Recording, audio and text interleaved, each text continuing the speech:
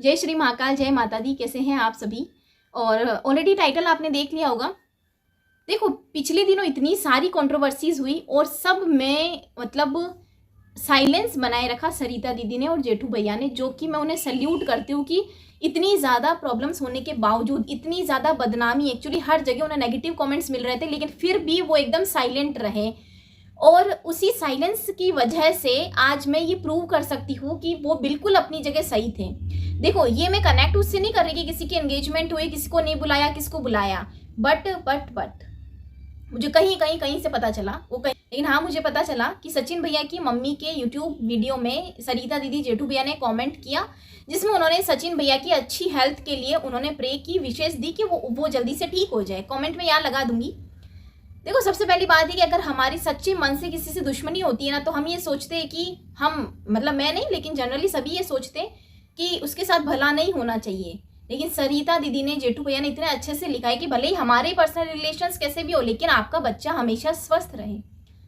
इससे साबित होता है कि उन्होंने इतनी सारी कंट्रोवर्सीज में एकदम चुप रहे, वो बिल्कुल साइलेंट रहे, जिसमें लोगों ने भले ही उन्हें बदनाम किया, लेकिन ऊपर वाला सब देख रहा था कि साइलेंस का मतलब ये नहीं है कि आप गलत हो। साइलेंस का मतलब ये है कि सही समय पर भगवान खुद आपको सही साबित कर देंगे। देखो, उनकी जो मेच्योरिटी, उनका जो अंडरस्टैंडिंग लेवल, उनका जो नेचर है, वो तो मुझे शुरू से पसंद था। स्पेशली जेठू भैया का, वो इतने अच्छे से सब चीज़ों को संभाल लेते हैं।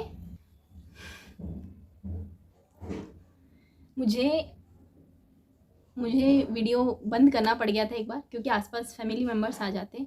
और एक्चुअली होता ही है ना रिएक्शन वीडियोस के अंदर कि मुझे, स्पेशली मेरी मम्मी, मतलब मुझ पे ना गुस्सा करते हैं कि तू क्यों देखती है, तू ये देख रही, तू नेगेटिव चीज़ें देख रही, तू अच्छी चीज़ें देख, तू ये वो, ठीक है, मतलब ना। और मेरे से ना बोले बिना रहा नहीं जाता। आपको खुद पता है, जब मेरे मन में है कि यार ये इंसान सही है, तो इसके लिए बोलो तो सही, कम से कम, भले ही 4 लोग देखे, 5 लोग देखे, लेकिन बोले तो सही हम कम से कम।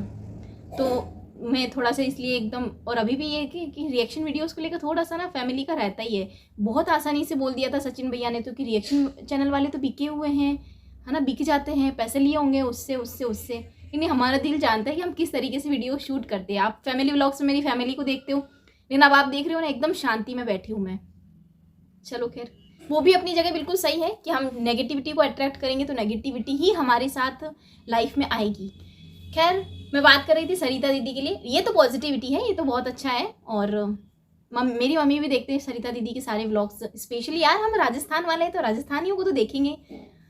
तो हाँ, सरिता दीदी को अगर व्यूज़ लेने होते तो वो इन पर वीडियोस बनाती, वो साफ साफ बोलती, उनके पास कई सारे प्रूफ्स भी होते, वो एक्सप्लेन करती कि मैं कहाँ सही हूँ, सामने वाला कहाँ गलत है, कहाँ सही है, वो सारी चीज़ें।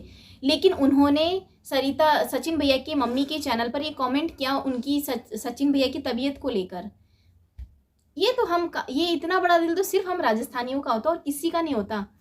देखिए, हर यूट्यूबर ने डायरेक्टली इनडायरेक्टली, कमेंट सेक्शन में भी लोगों ने सरिता दीदी को, उनकी पूरी फैमिली को डिफेम करने की कोशिश करी। पिछले बहुत लंबे समय से मैंने ये नोटिस किया। उसके बावजूद भी सरिता दीदी, जेठू भैया ने पर्सनली कमेंट किया सचिन भैया की मम्मी को उनकी अच्छी तबीयत के लिए। ये पता है, इतनी ज़्यादा नेगेटिविटी क्रिएट होने के बाद में ये सिर्फ बड़े दिल वाले ही कर सकते, और कोई नहीं कर सकता। मैं अगर मेरी भी पर्सनल बातें करूँ ना, तो अगर किसी ने मेरे साथ में भी बुरा किया था एक टाइम पर, तो उनके ख़राब समय में, उनके बुरे समय में मैंने हमेशा उन्हें मैसेज किया है, हमेशा। वो लोग यूट्यूब पर तो नहीं है, लेकिन मैंने उन्हें हमेशा किया, चाहे उनकी तबीयत से रिलेटेड हो, चाहे किसी भी प्रॉब्लम से रिलेटेड। और इतना बड़ा दिल तो सिर्फ हम राजस्थानी का हो सकता है और किसी का नहीं हो सकता, वो चाहे कोई कहीं से भी हो।